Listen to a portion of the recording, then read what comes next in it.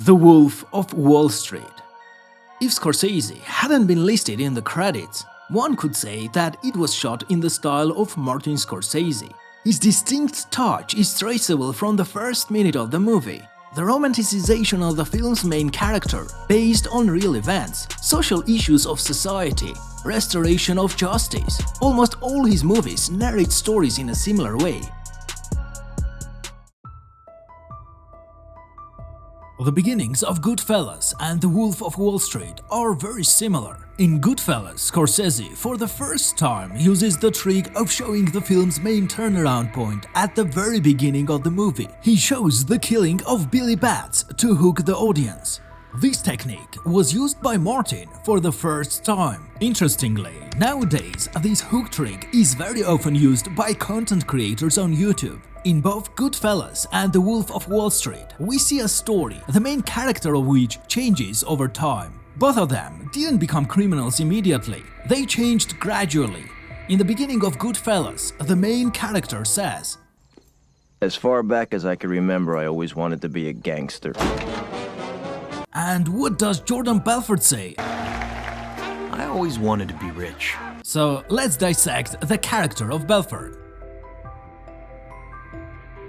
At the beginning of the movie, when he gets a job at LF Rothschild, we see a shy, self-doubting person, but a person who wanted to stand out from the crowd. This is emphasized during the job interview, when he tried to sell stocks to be remembered. And it was this that Mark Hanna liked, and he invited Jordan to dine with him. In reality, Mark Hanna said that Belfort really stood out from the rest. He had fire in him, he was insatiable, brazen, and he wanted to get rich. By the way, at that time, a movie about Wall Street was released. It was directed by Oliver Stone, and the main roles were played by stars of the time, Michael Douglas, Charlie and Martin Sheen. The movie paid for itself 3 times at the box office and fueled public interest in the world of brokers, where stock trading made people millionaires.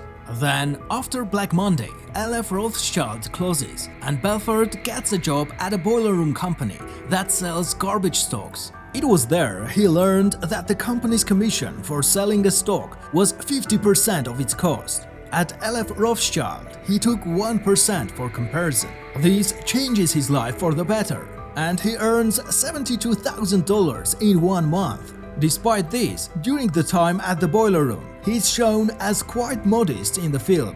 Imagine that in the 90s you earn more than $50,000 per month, which is equivalent to $117,000 today. The only thing that stood out was his expensive car. He didn't even change his place of residence.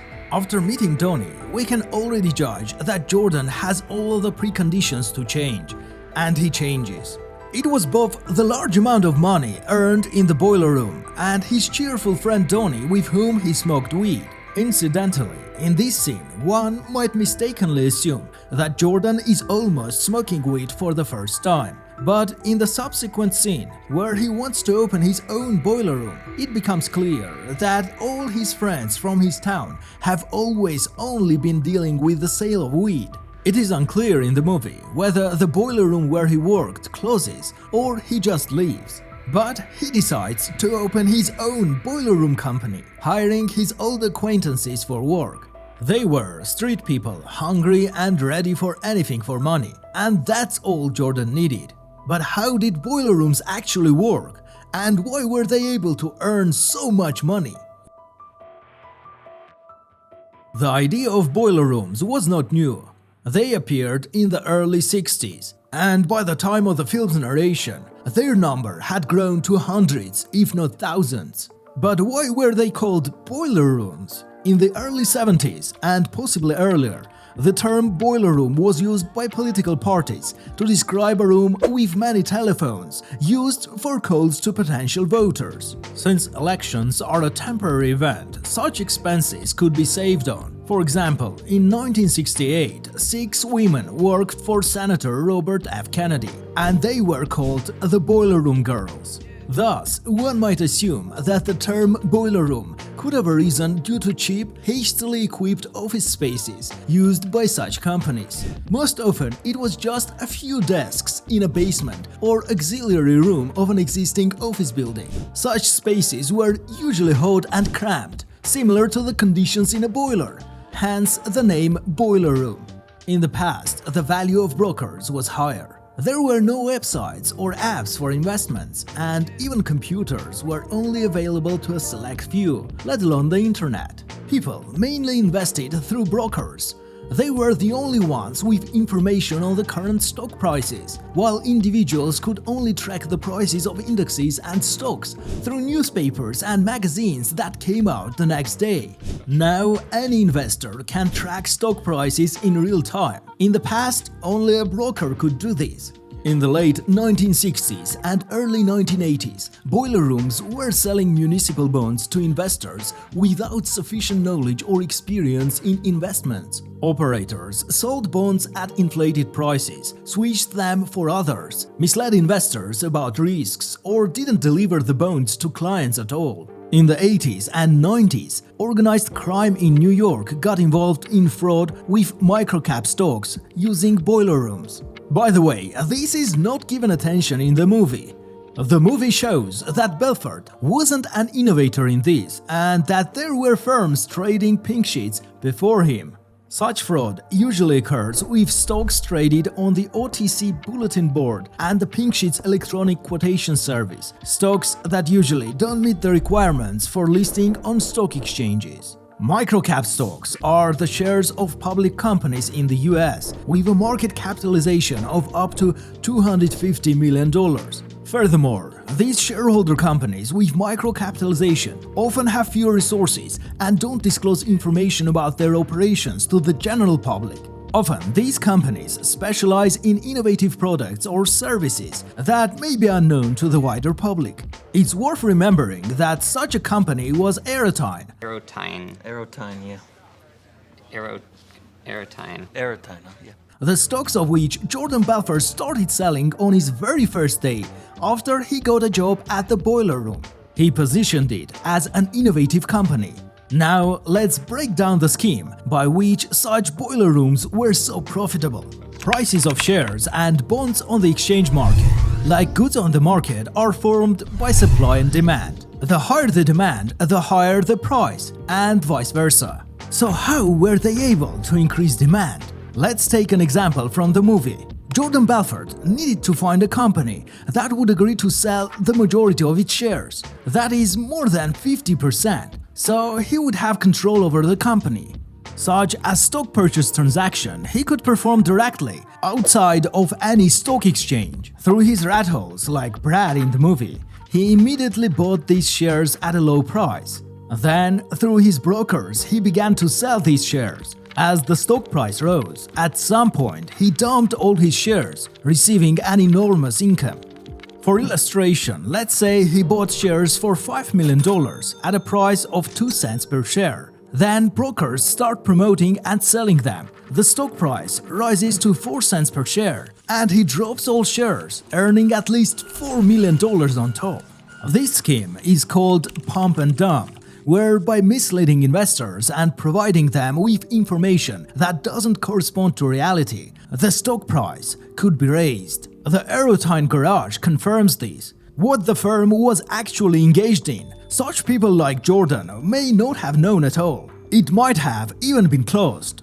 It is worth noting that his company, Stratton Oakmont, received only commissions from the sale of stocks. So Jordan's income was formed from the activities of Stratton Oakmont, where he conscientiously paid taxes, and also from the sale of stocks of companies owned by his rat holes, the money from which he initially didn't know what to do with. And only then, finding a loophole in a Swiss bank, did he decide to send it all there. The loophole was as follows. Swiss banks could withhold information about their clients if the crime committed by said client is not a crime in Switzerland itself. And even if this condition holds true, a second loophole comes into play, which involves opening an account not in one's own name, but in the name of a trusted person. let's return to the boiler rooms and understand why people were so trusting of all these. Firstly, everyone wants to get rich very quickly, and these were the 80s and 90s. The US economy during Reagan was booming, taxes were reduced, and government influence on the economy was diminished. It was at this time that there was a boom in technology companies, on which many made a fortune. For example, Apple increased threefold and Microsoft by 6 times. The movie clearly demonstrates this. Convincing people and selling stocks, Jordan emphasizes that these stocks will definitely grow and they will quickly become rich. Secondly, then and now, many people know individuals who have become rich by buying stocks and bonds or by successfully investing in financial pyramids. They in turn also wanted to get rich this easy way. Such real cases exist, but the point is that for every such case, there are 99 potential fraud victims who don't take this into account. In addition, mass media, newspapers and TV create materials about investors and billionaires, and people believed that they could easily get rich this way. Thirdly, Jordan had a list of people specifically selected for selling penny stocks. Earlier, it was mentioned that these were people who didn't have financial literacy and could be sold anything. As Jordan said, selling garbage to garbage men and making cash hand over fist. They also operated with hot calls, like calling those who left applications, as we saw at the beginning of the film in Hustler magazine. Hustler? Yeah. You know the girly magazine? Yeah. Nudie mag. Fourthly, the film shows Jordan's innovation in selling these stocks to wealthier individuals, while other boiler rooms didn't do this, believing that wealthier people are smarter and wouldn't buy this junk. Because they're too smart. That's why not. It should be noted that Jordan's script, which helped him sell stocks to wealthy people, wasn't original. They would first sell stocks of well-known companies, such as IBM, General Electric and Mars, which were quoted on the market, increasingly attracting their attention and enhancing their image as honest brokers. And only then would they dump all the junk they had on them.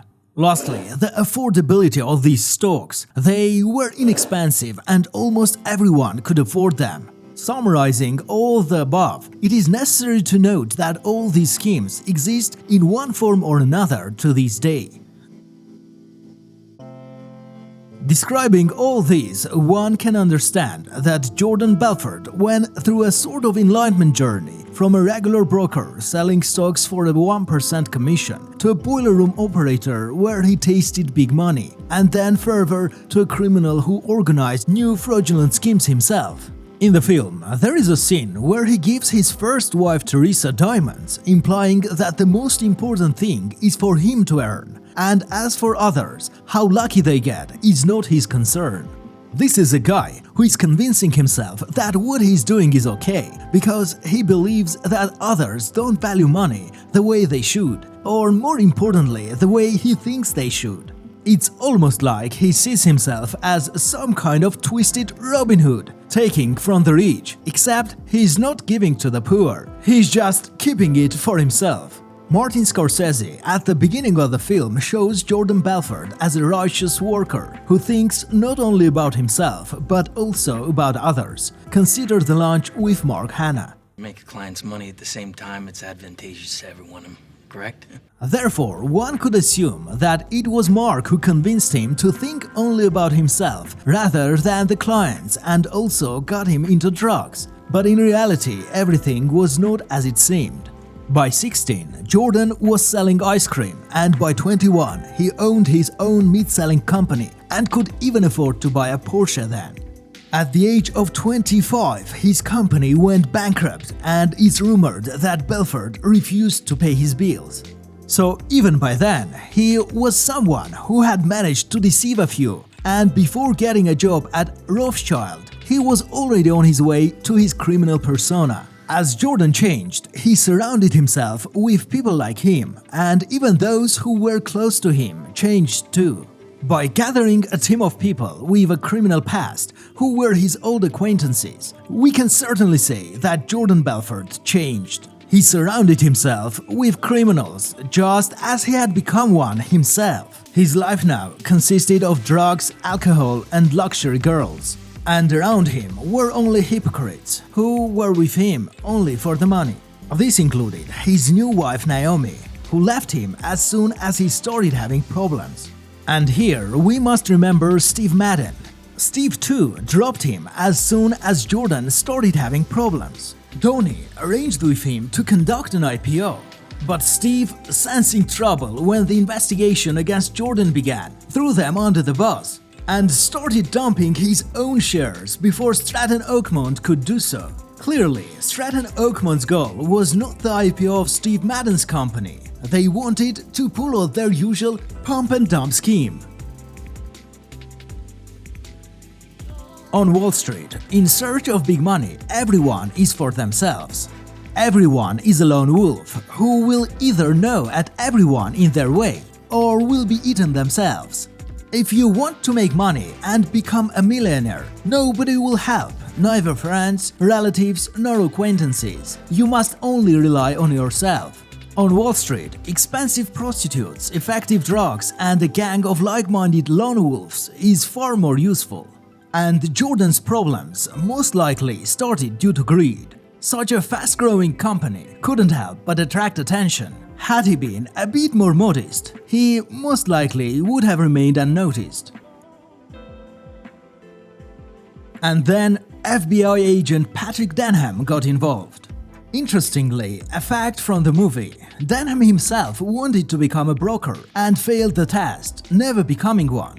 Instead, he became an FBI agent. Whether this was actually the case, we don't know. This is vividly emphasized in the movie.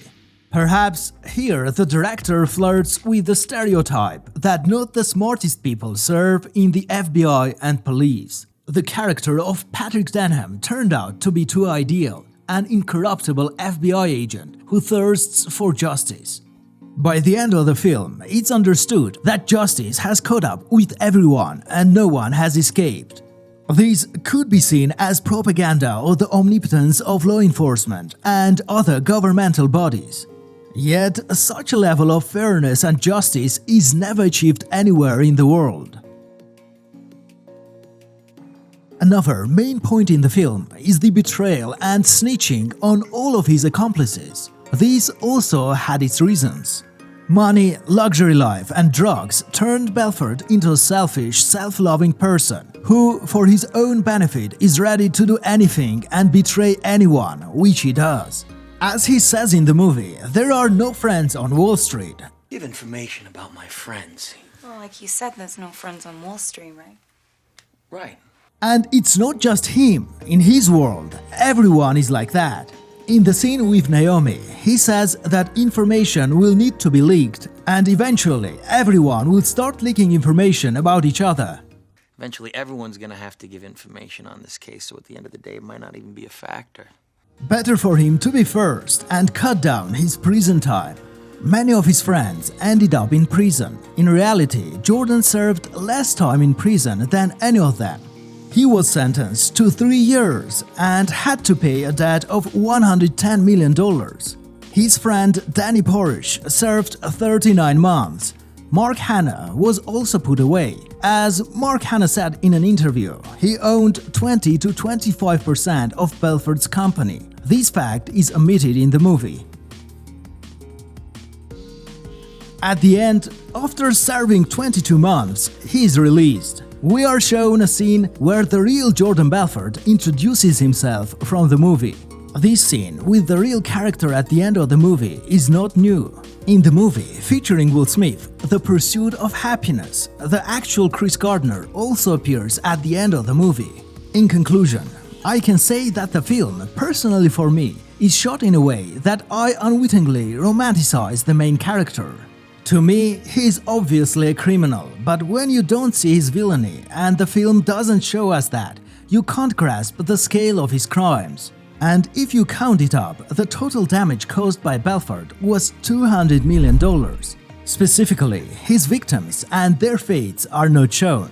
It's not 1, 2, 3 people. These are thousands, if not tens of thousands of people. Perhaps someone got divorced, someone was mired in debt, and someone might have taken their own life. For example, in the film Boiler Room, we are shown the victims, shown their condition, and you feel sympathy for them. For you, the main character of the film is a scoundrel who earned money by deceiving and misleading other people. And even after he snitches on everyone, his image doesn't become positive. In the case of Belfort's image, it's the opposite. Taking into account the punishment he received and the life he had, for many, this could become a motivation to commit similar crimes. The Wolf of Wall Street is a feature film based on real events. The keyword here is feature. What actually happened, we may never know. Finding a hero or an example to follow in this film is not advisable. After all, reality can be quite different. The film, directed by Scorsese, to some extent opens our eyes and shatters the illusion that the world tries so hard to sell us. It exposes the harsh truth about wealth and business, specifically that one person's wealth is often achieved at the expense of another's poverty, revealing the ruthless nature of the business world. Even the apparent kindness and philanthropy of businessmen is nothing more than simple self-justification of selfish actions.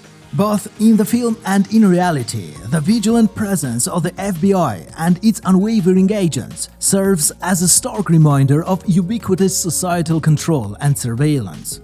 The ending of the film, with the FBI agent sitting in the subway, unveils to us the real everyday life where ordinary people deal with their problems and concerns.